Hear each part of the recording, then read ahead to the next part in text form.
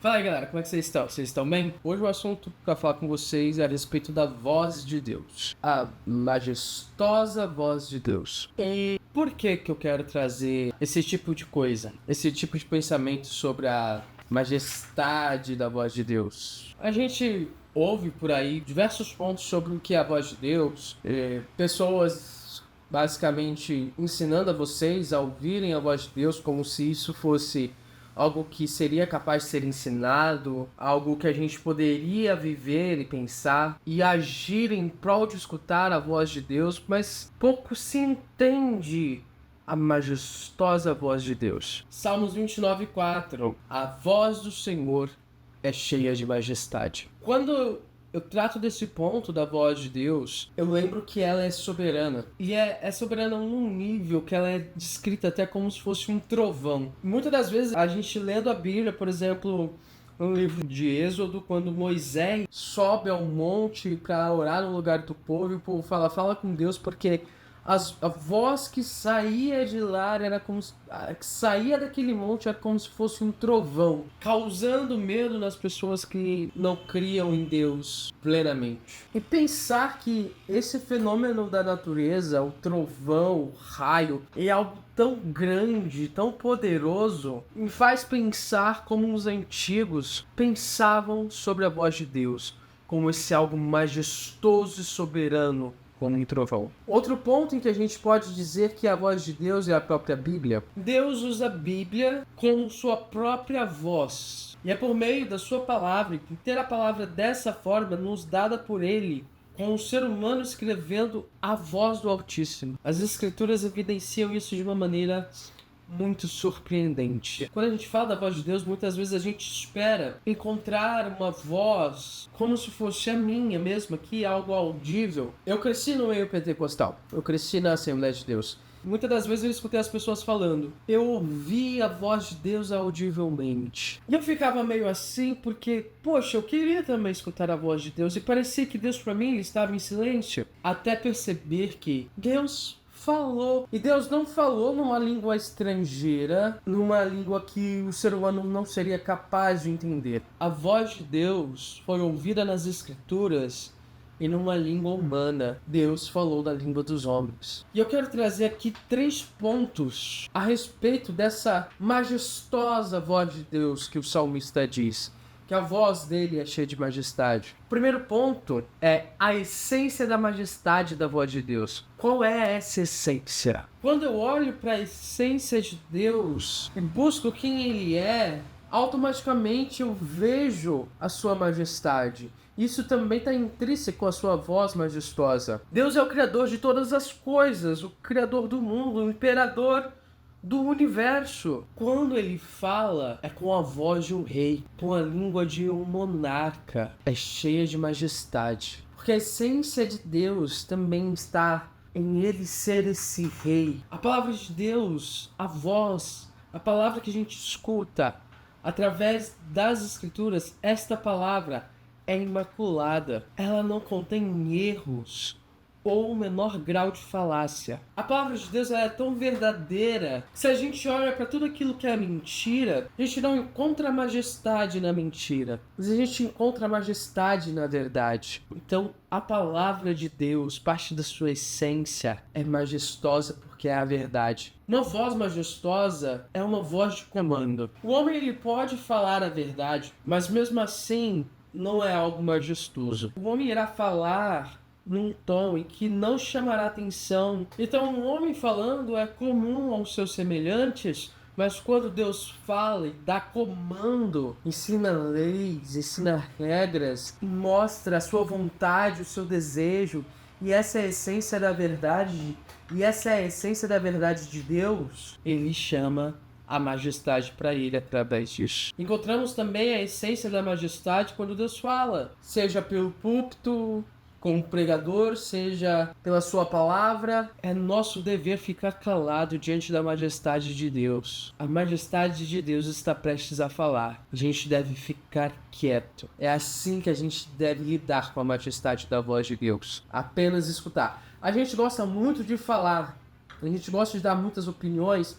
A gente gosta de pensar em várias coisas, mas quando Deus fala, minhas opiniões não servem para nada. Eu só escuto a majestade da voz de Deus. Quando Deus fala, não é sinônimo de fraqueza. O tom da voz de Deus jamais pode ser comparado a isso.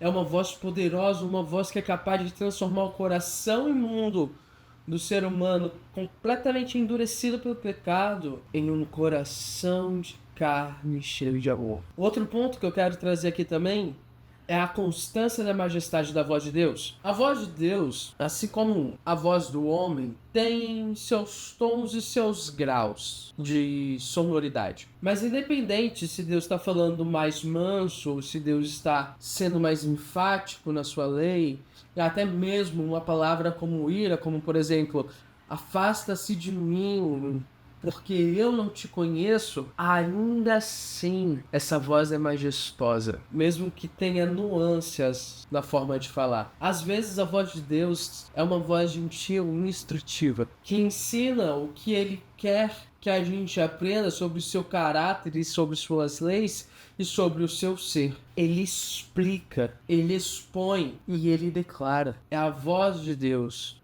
majestade da voz de Deus, que nos diz em quem devemos crer. Deus também usa uma voz doce e consoladora. E Ele usa essa voz doce e consoladora para confortar os pobres, os miseráveis, os enfermos, pessoas que estão tristes pelos cantos, ansiosos, depressivos. E mesmo quando Deus usa uma palavra mais doce e consoladora, essa voz não perde sua majestade. Então, a todo momento há uma constância na majestade da voz de Deus, independente do tom que ela tenha. A voz de rejeição de Deus, ela também é cheia de majestade. Ele fala, ele chama a natureza, chama as montanhas, chama as colinas, chama tudo ao redor e mostra para eles o pecado humano, que a natureza sofrendo pelo pecado humano. Ouve a voz de Deus, essa voz de reprovação.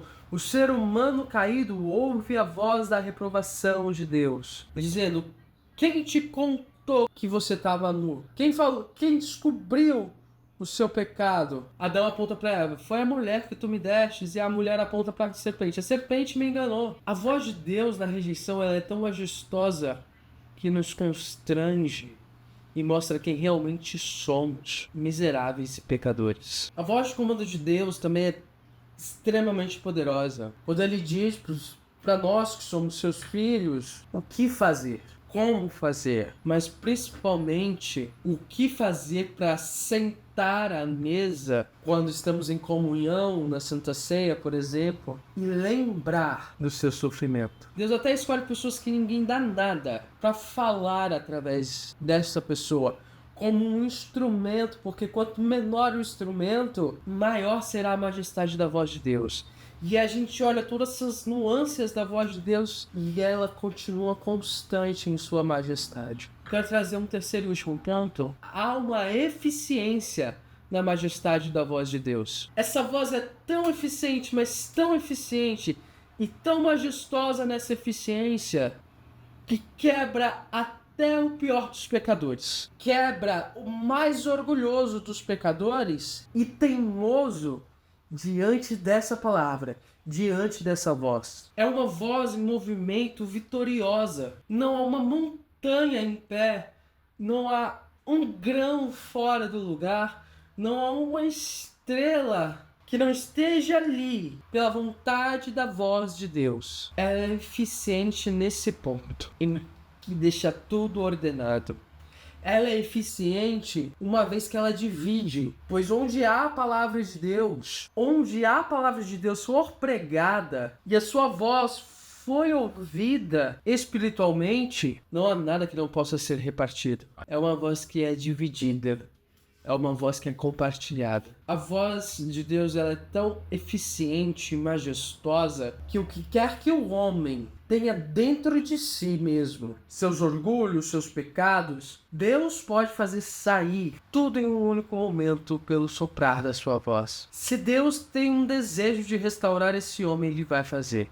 E se esse homem tem um desejo a conhecer esse Deus, Deus pode avivar esse desejo e fazer com que a alma desse homem viva por meio da sua majestosa voz. E a voz de Deus ela é tão eficiente que ela é uma voz descobridora. Quando Adão e Eva pecam e eles se escondem de Deus, Deus abre um caminho para revelar quem eles são. E quando Deus estiver sentado no seu trono naquele grande dia, a voz dele vai descobrir tudo, todos os pecados, todas as maledicências dos homens, todas as boas obras, tudo que o homem escondeu, tudo que o homem revelou, e todo joelho se dobrará, e toda língua confessará que ele é Senhor. Concluindo, então, aquele que crê na voz majestosa de Deus, na sua palavra, que foi revelada a nós, porque ele decidiu, ele quis falar na nossa língua,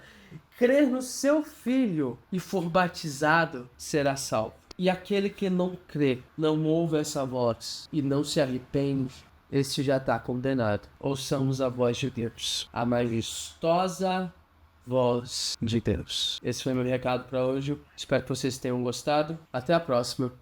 Falou e falou.